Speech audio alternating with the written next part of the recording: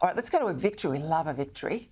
Last week, I spoke, as you know, to veteran and military veteran and LNP member for the Queensland seat of Herbert Phil Thompson on this move by the South Australian government to cancel ANZAC Day. Well, join me now for an update from Canberra. It's Phil himself. Well, welcome to the program. You were really fired up about this last week. You said you were going to go hard.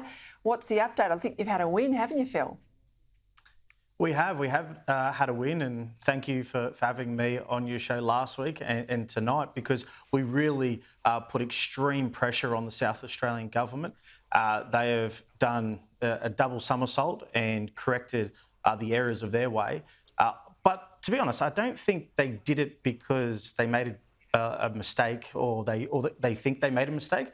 I think that they've changed and corrected the error, which will now highlight ANZAC Day, Australia Day, Christmas Day, is because of the pressure, the public pressure. So they're not upset that they got it wrong. They're upset that they've been found out.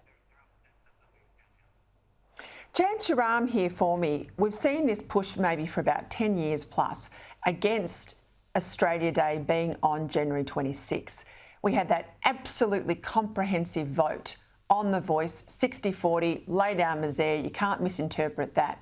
Do you think this Australia Day, this coming Australia Day, we're going to see a lot of other people perhaps who haven't celebrated in recent time because they thought it's just, you know, everybody knows it's our national day, that they're going to be out in force. We're going to see more flags and more public demonstrations, that we're sick of all of this stuff, that we're going to stand up for our national days like you stood up for ANZAC Day.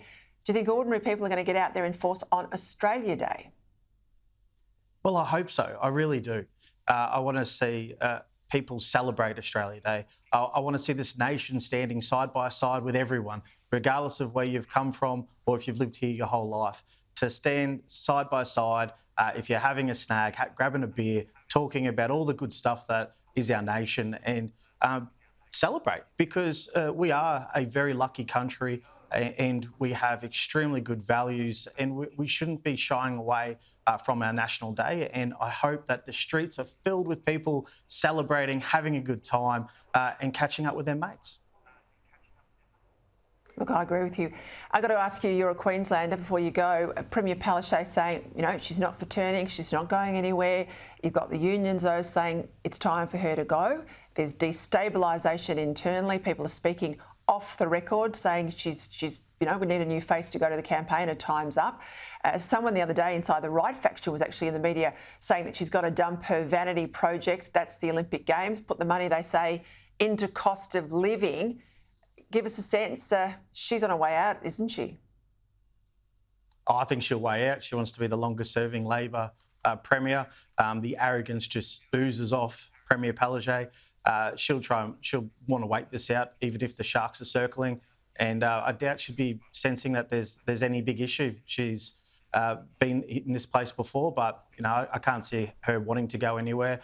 But her people are telling her that she should leave. But I think she wants the statue, right? She wants to be the longest-serving Labor Premier and go off into the sunset when David Crisafulli wipes the floor with the Labor Party at the end of next year. We will see. Phil Thompson, thank you. Well done on your win. Veterans around the country will look to your example. Let's hope no other state tries to do what South Australia did as well.